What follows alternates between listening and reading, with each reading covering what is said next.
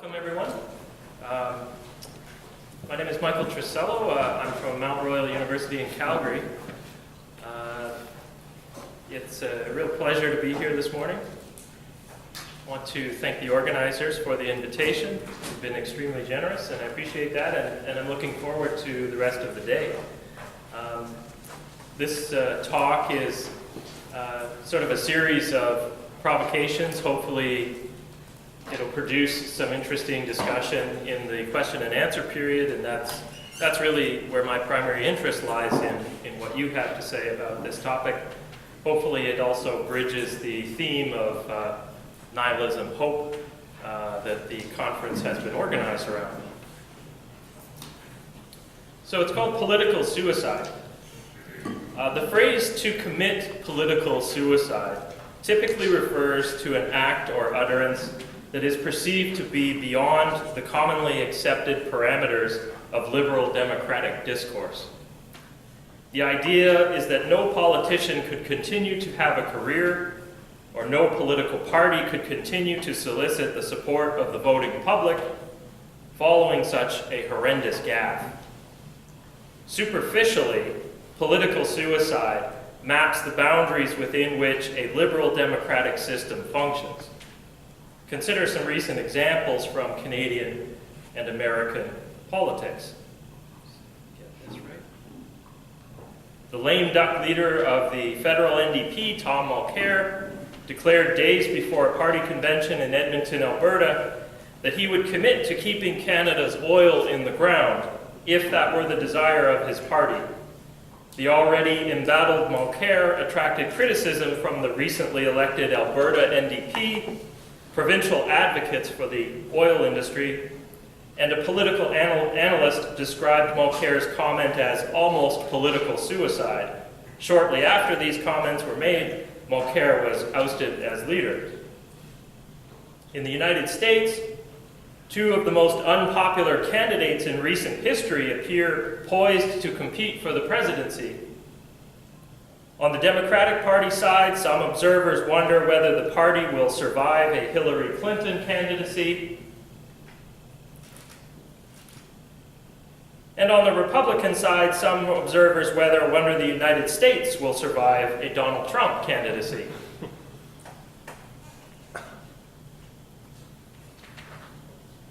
What the expression political suicide is ostensibly referring to is the possibility of radical change, even if, as in these examples, all of these politicians embody the constitutive reactionary politics of the system itself. That they could bring about radical change, even of a fascist kind, is merely media posturing to protect the status quo, which is already fascistic.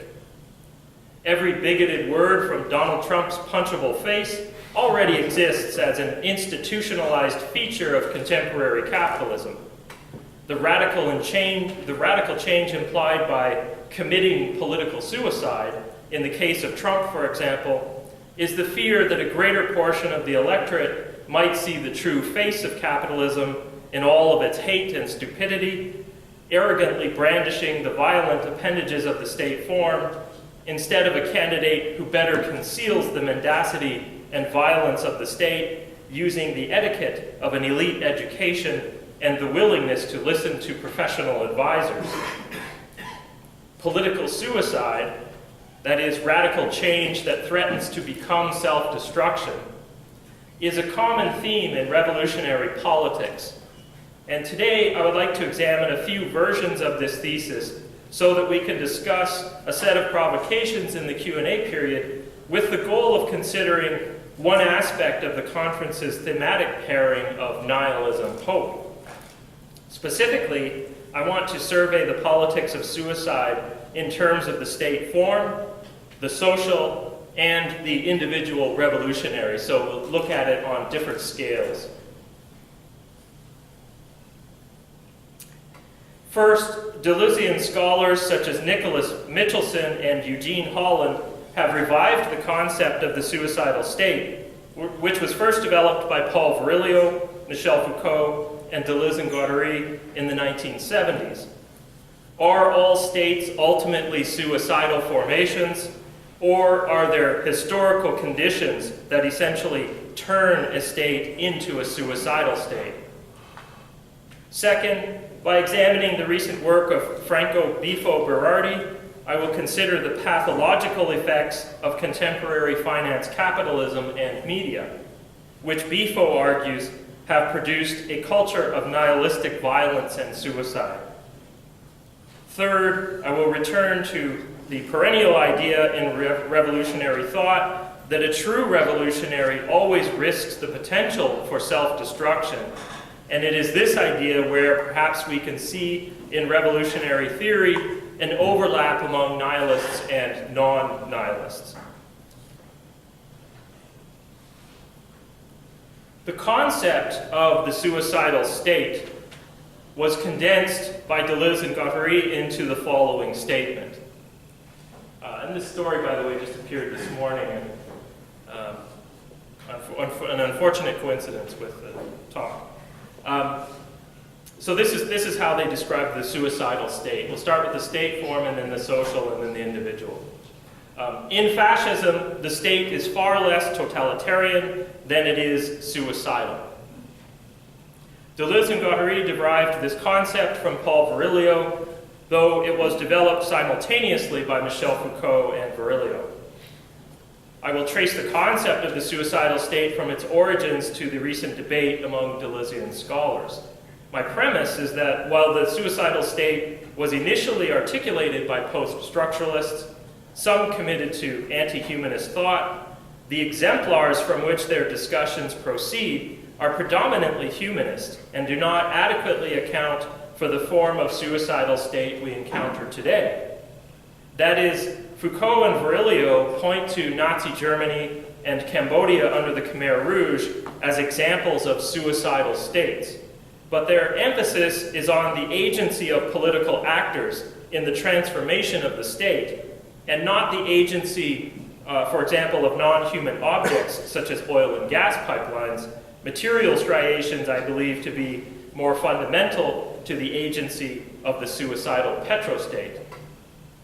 In essence, I am beginning with the observation of Deleuzian scholar Nicholas Michelson, who writes, "If we wish to think about fascism today, with Deleuze and Guattari, we cannot neglect its fundamental relationship to the protean global politics of suicide at work in this Anthropocene era. While the global politics of suicide are not solely defined by petrostate infrastructure, the striations of the global petrostate draw our attention to at least two prominent material tendencies in the context of the Anthropocene. First, the near ubiquity of oil and gas pipelines. There are more miles of pipelines than railway tracks on this planet. This reinforces the distributed agency of petromodern fascism. And second, since climate scientists now say that about 90% of the remaining reserves of oil, gas, and coal must stay in the ground to avoid catastrophic global warming and the probable extinction of humanity, the pipelines that feed the suicidal state are not only the most exposed logistical weakness of the suicidal state, they are, or rather their destruction is, the most likely route to the survival of humanity. Indeed, I would argue that the battle over infrastructure in the coming decade, the struggle over which forms of infrastructure should be preserved, retrofitted, expanded, or destroyed, is the most important struggle of this and future generations. The suicidal state is no longer the genocidal dream of a lone madman, or the genocidal program of a nation in the clutches of a fanatical political party. The suicidal state is now a global condition accelerated by the mechanical continuation of everyday life under industrial capitalism. And the abolition of the suicidal state requires a reorientation of radical anti-capitalist cultures.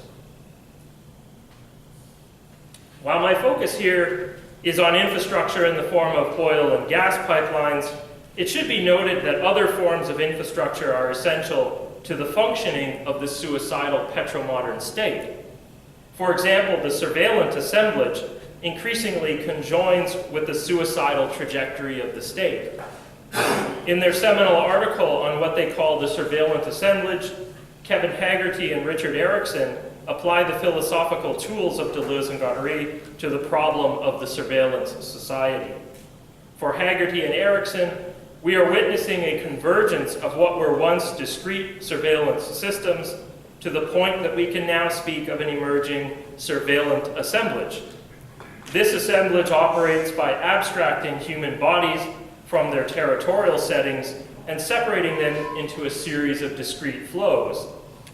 These flows are then reassembled into distinct data bubbles, which can be scrutinized and targeted for intervention. In the process, we are witnessing a rhizomatic leveling of the hierarchy of surveillance, such that groups which were previously exempt from routine surveillance are now increasingly being monitored. The recent revelations that the RCMP believes, based on its forms of surveillance, that anti-petroleum extremists are a grave threat to Canada, exemplify the convergence of surveillance and suicidality. The state is spying on and criminalizing people who oppose its suicidal commitments. Paul Virilio's discussion of the suicidal state emerges in his 1976 book, The Insecurity of Territory. In the context of what he calls total peace, or a sinister period of deterrence that enables a permanent threat of war, Virilio argues that the life of states, their destiny, will be subordinated to general strategy. Thus, as with total war, it will be possible to wage total peace from above and afar. Significantly, the technological programs advanced by peace and war tend to overlap, as nuclear deterrence and capitalist globalization become frames of integration, structures already chosen to which all the rest must come to be subordinated. The Germans, argues Virilio, were the first to live total war, and thus became a model for the Allies to study. The outcome of total war and total peace is the suicidal state, a condition in which, as Virilio writes, the war of milieu is succeeded by war waged on the milieu, nature, society. This suicidal ethos is captured by Hitler's Telegram 71, written at the end of the war, in which Hitler declares, "If the war is lost, may the nation perish."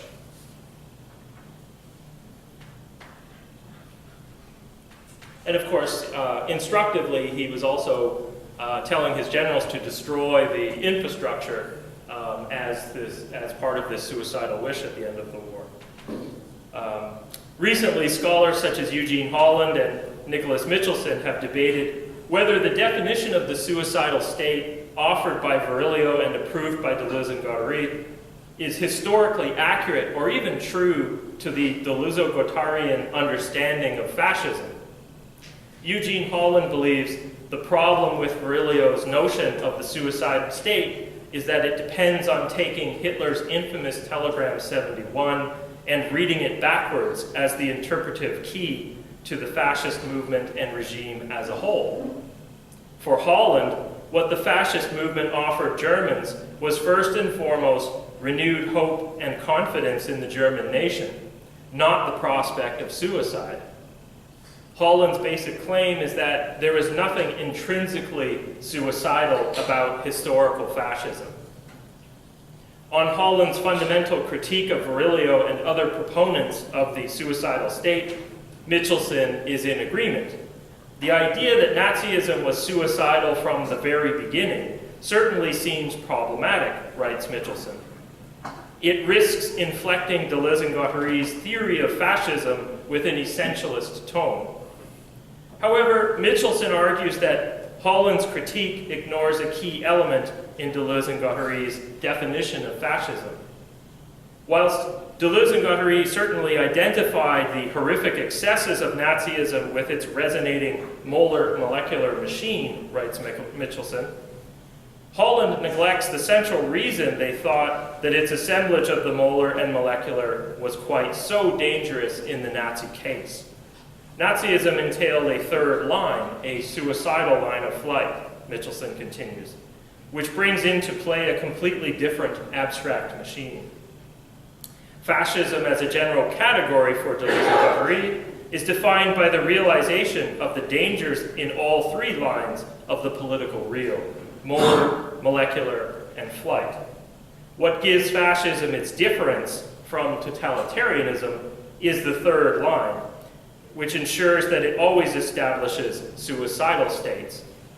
The paradox of fascism is that it was defined from the start not by its totalitarianism, but by a reversion of the line of flight into a line of destruction that always animated its foundational molecular segmentarity. Therefore, to reduce, as Holland does, the third fascist line in Deleuze-Guattari's schema to a contingency of Nazism is to miss a crucial dimension of their political cartography of fascism as entailing both re-territorializations and de-territorializations. So, to sort of sum up the dispute there, while Holland argues that Virilio's definition of the suicidal state incorrectly reads Hitler's eventual suicidalism as an inherent feature of Nazism, Michelson accuses Holland of not being Deleuze-Guattarian enough. In his March 17, 1976 lecture, Michel Foucault also references Hitler's Telegram 71, this time as the fulfillment of an argument about the Nazi state and biopower. There was, in Nazism, writes Foucault, a coincidence between a generalized biopower and a dictatorship that was at once absolute and retransmitted throughout the entire social body by this fantastic extension of the right to kill and of exposure to death.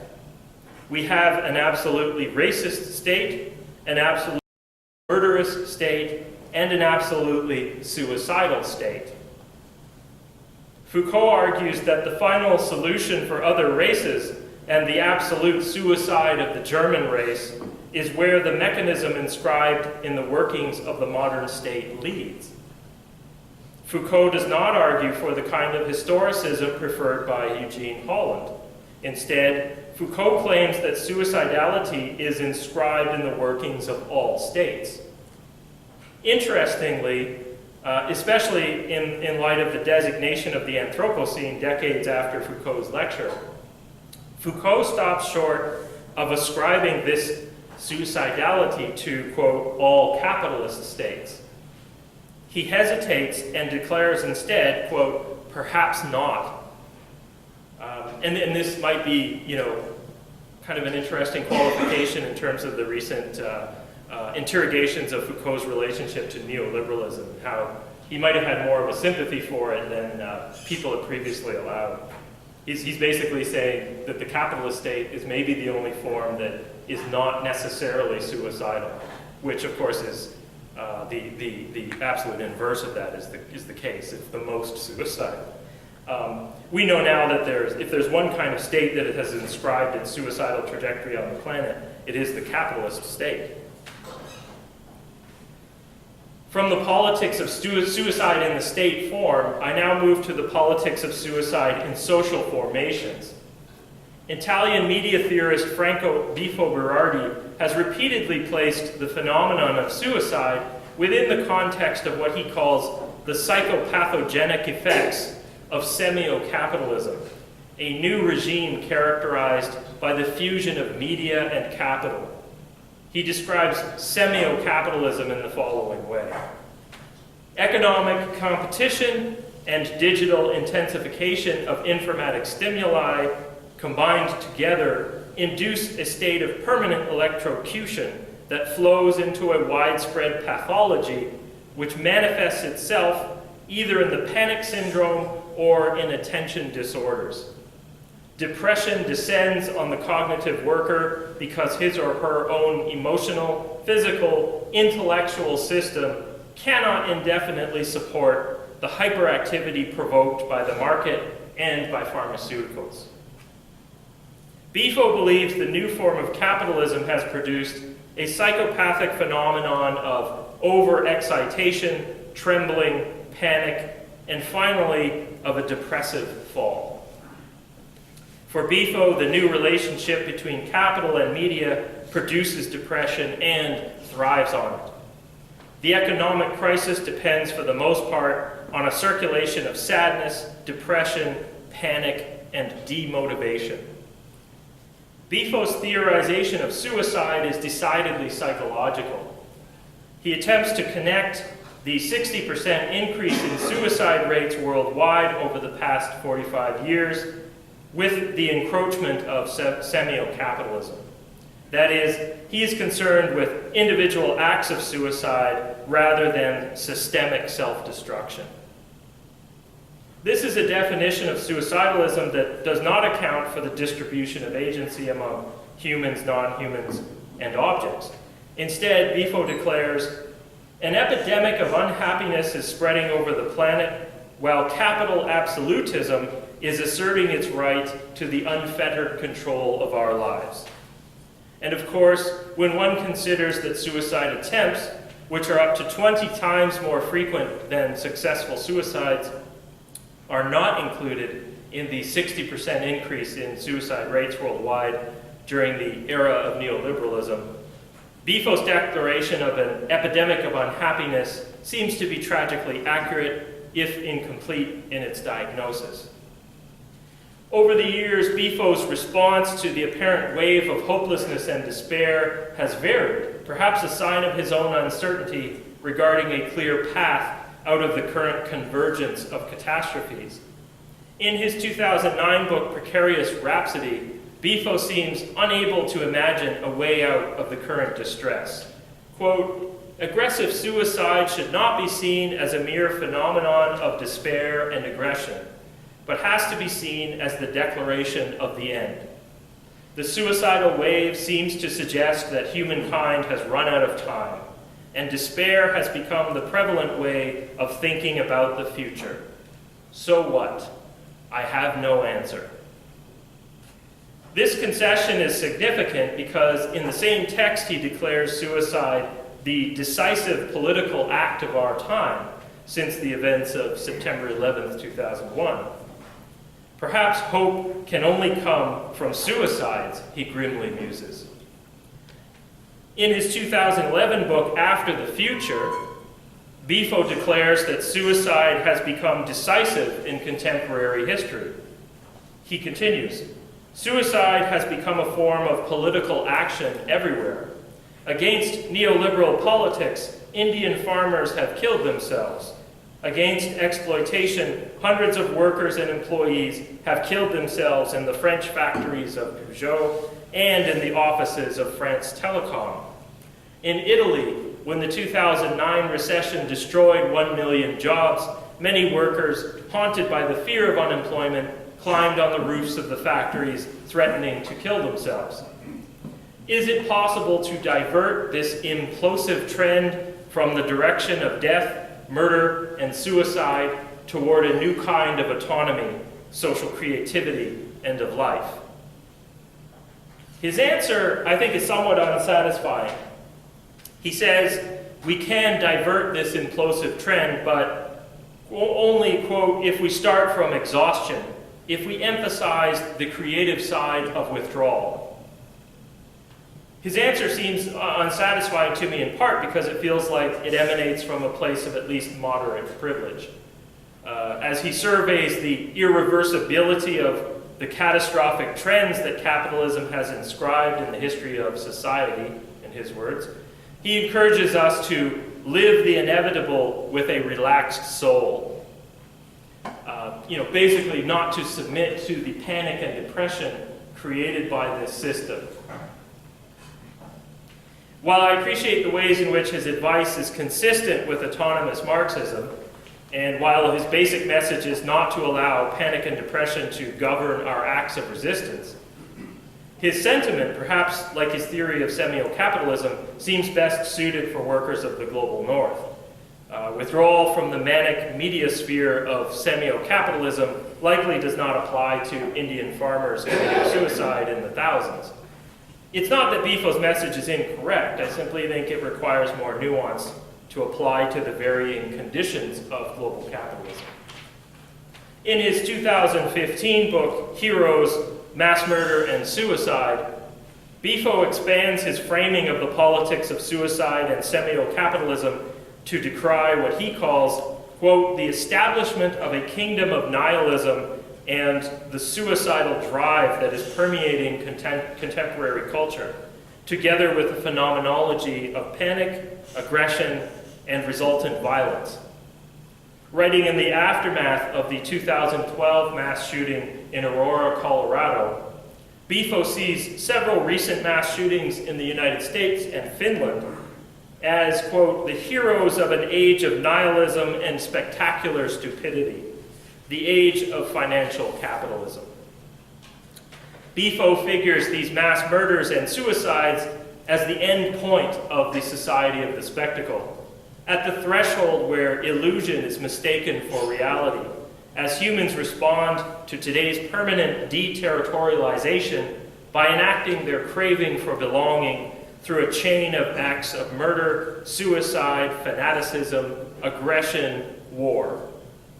Finance capitalism is essentially constructed upon a bet on the degradation of the world.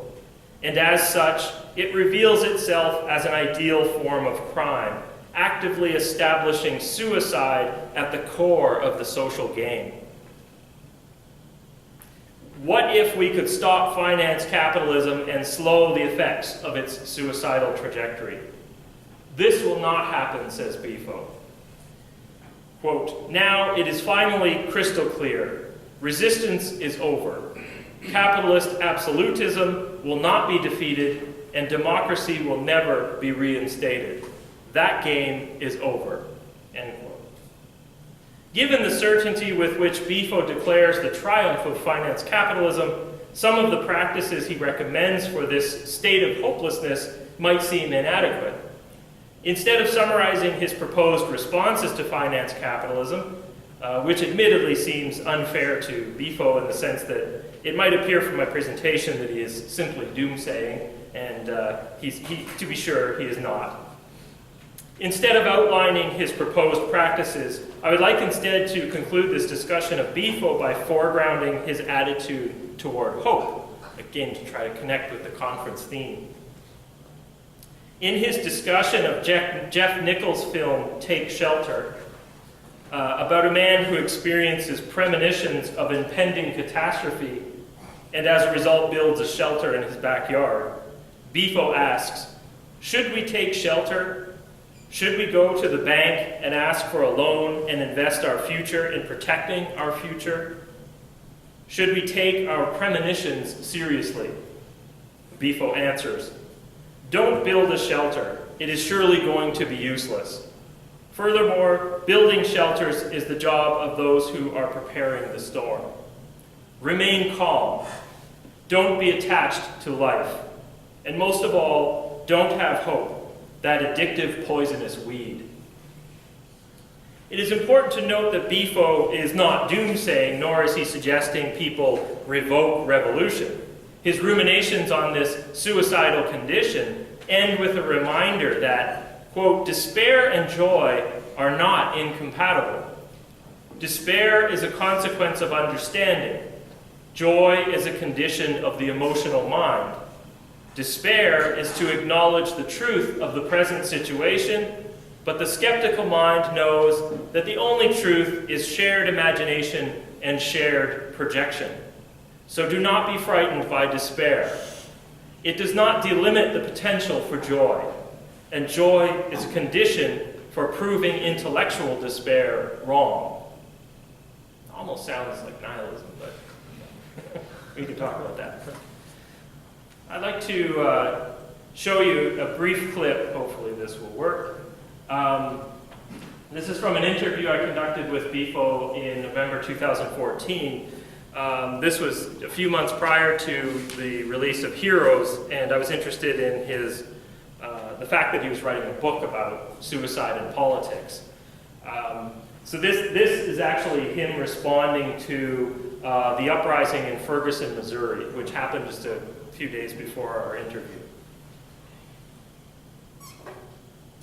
Today it's November 26th, 2014. I want to remember the day because we are probably living an interesting moment in the history of the movement and in the history of the Western society at large. The young people in Ferguson 2 days ago, 2 nights ago, decided that it's too much, that it's too much being exploited, being humiliated, and being killed in the streets, just because you have a face that I don't like, and I am an armed man, an armed servant of the state, so I can kill you. I can shot 10 bullets in your back, because I don't know why. So people in Ferguson decided to start something. I don't know what they're starting, because I don't know what's going to happen today, tomorrow, and in the next days in the American cities. I just noticed that yesterday night 170 cities of the United States have been, in a sense, mobilized against the crime of the capitalist state, and also, I would say, against depression. This is a movement against depression. This is a movement of withdrawal from depression. This is a movement that is trying to say, not only we occupy the streets because we need a place where being together, but we defy the machine of the state, because our defy means a life of humiliation, exploitation, depression, and fear is worse than that. This is the message that I get from the people who have been in the streets in Ferguson and many other cities of America. A life of exploitation, humiliation, depression, and fear is worse than that. Full point. Okay, so there you get the common idea in revolutionary politics that, you know, it's better to risk self-destruction than to live as a slave. And that's a way of sort of setting up the final section of the talk. Suicide as an individual act is conventionally defined as perhaps the most humanist of actions, a decision that resides within an intentional agent. Suicide is the deliberate taking of one's life. Intention originates with the subject and terminates with the successful act of self-murder. The 3 dominant modern articulations of suicide are courtesy of Durkheim in sociology, Freud in psychology, and Camus in philosophy. For Durkheim, suicide is the effect of social organization. For Freud, the suicidal individual redirects murderous impulses against others upon himself. My apologies for all of the gender-specific language. I'm taking it directly from the original text. For Camus, suicide originates within the individual, within, as Camus writes, the silence of the heart, and it is the primary philosophical question in an absurd universe.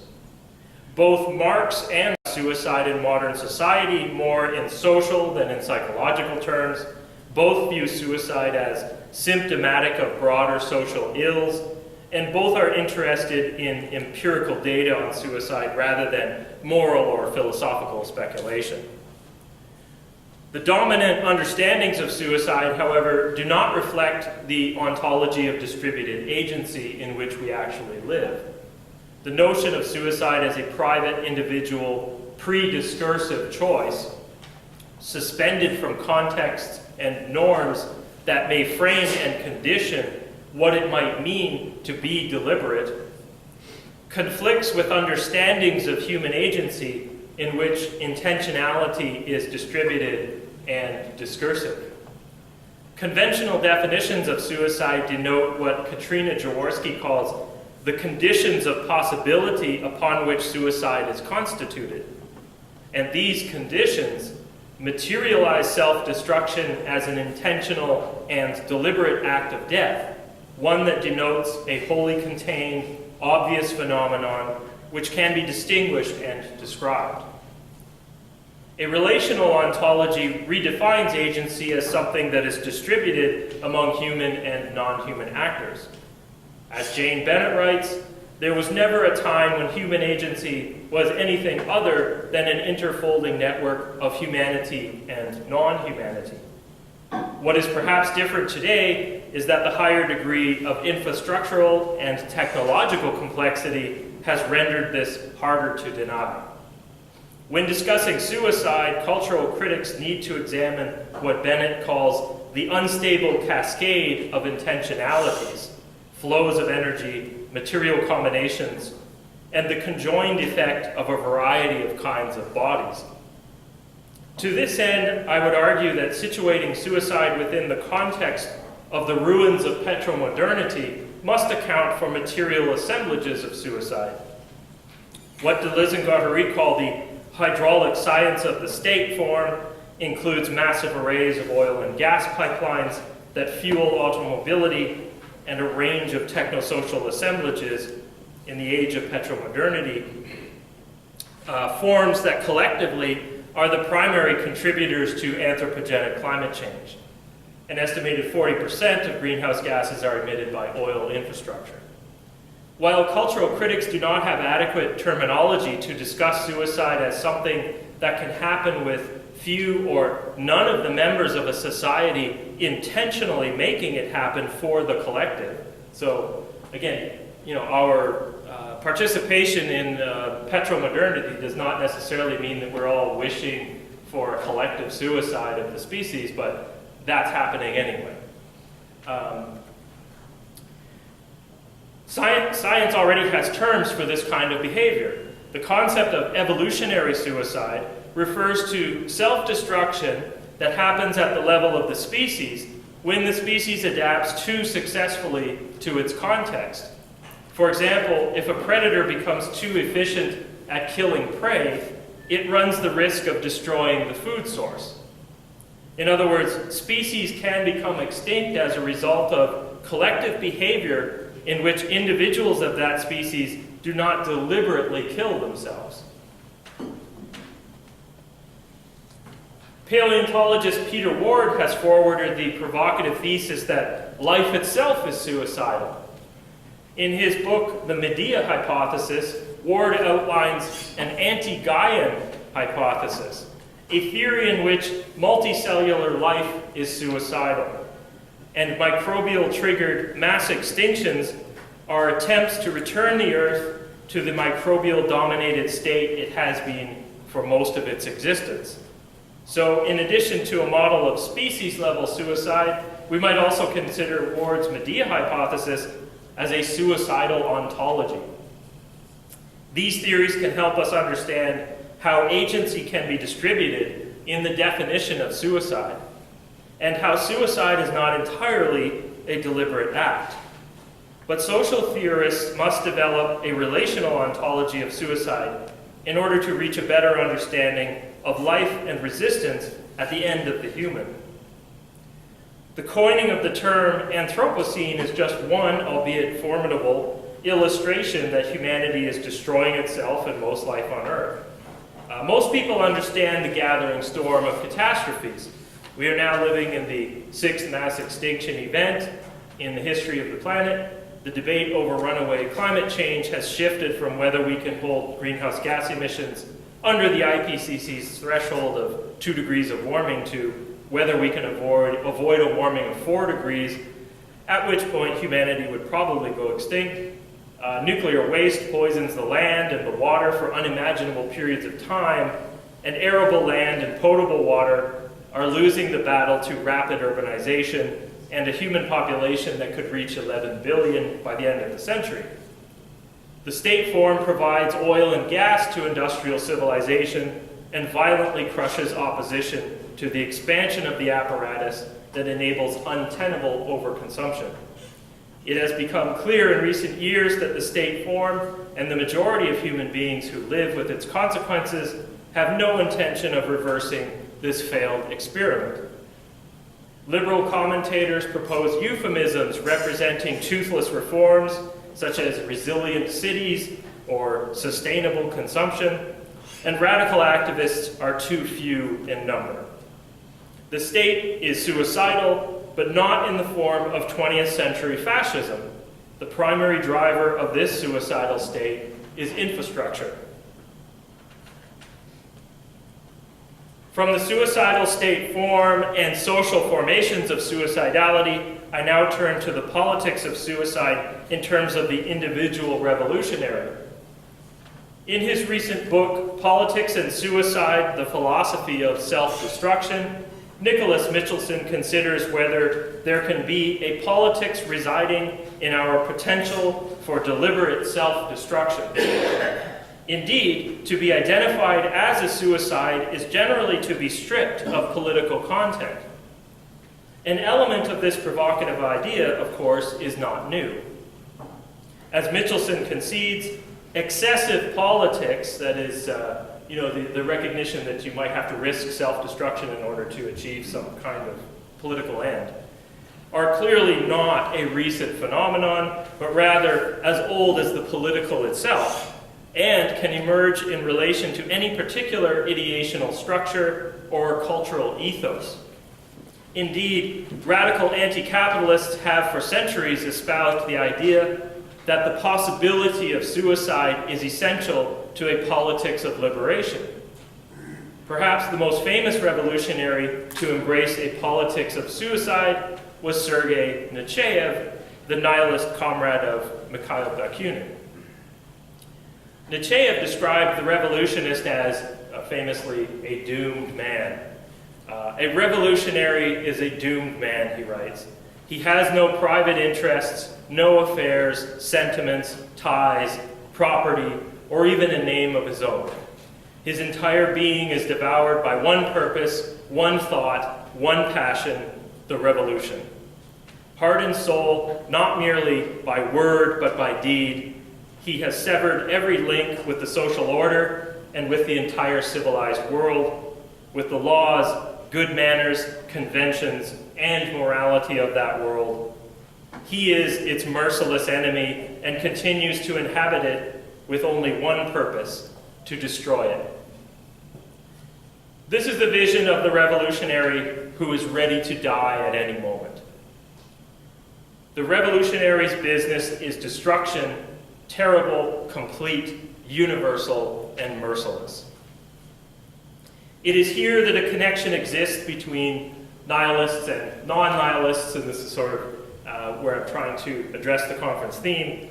The overlap, I hope, produces some discussion in the Q&A session to follow.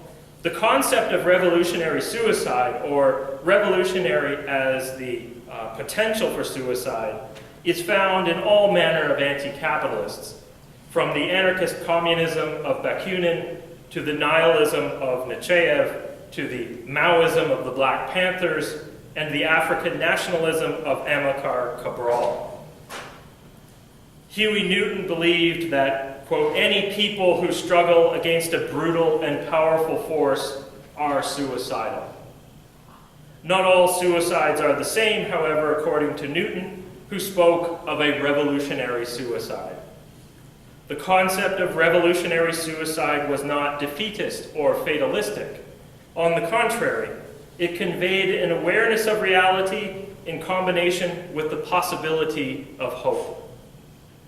Reality, because the revolutionary must always be prepared to face death, and hope, because it symbolizes a resolute determination to bring about change. Above all, it demands that the revolutionary sees his death and his life as one piece. Michelson extends this revolutionary tradition of suicidal politics to Deleuze and Guattari, which is the central provocation of his book. Politics is not only open to self-destruction, writes Michelson, but constitutively so. To build creative political revolutionary lines, in particular, Deleuze and Guattari argue, is to flirt with personal or collective suicide. This is not a claim made in passing or offhandedly. Here, an entire political philosophy seems to hinge on the positing of the immanence of politics and suicide. Deleuze puts this most clearly when he writes that the fundamental organizing question of a creative political life, as he understands it, is how can one trace out the line of flight in spite of knowing that it leads us to abolition? Deleuze and Guattari explicitly place the figure of the political suicide at the constitutive limit of the thought of the political.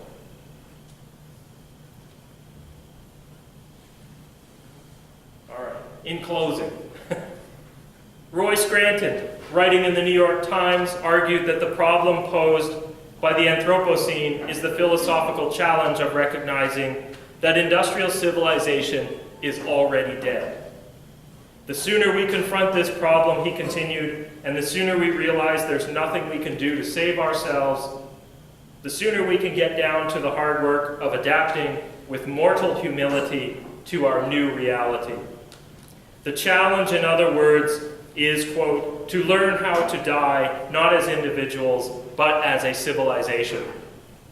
Although he does not use the word, Scranton is reframing the meaning of suicide in the context of attenuated environmental disaster. The petromodern state form is Virilio's suicidal state, but with greater agency in the inanimate objects such as oil pipelines and hyperboloid cooling towers than the officers of the SS or the Khmer Rouge. Scranton's response to the suicidal trajectory of the Anthropocene remains, ironically, humanist, and this is his primary blindness and the myopia of most forms of withdrawal from late capitalism. Resistance to the suicidal state of neoliberalism requires more than a cabin in the woods, a casual understanding of permaculture, and a high-powered rifle. Resistance now requires that we learn how to die, not only as a civilization, but also as a species. Thank you.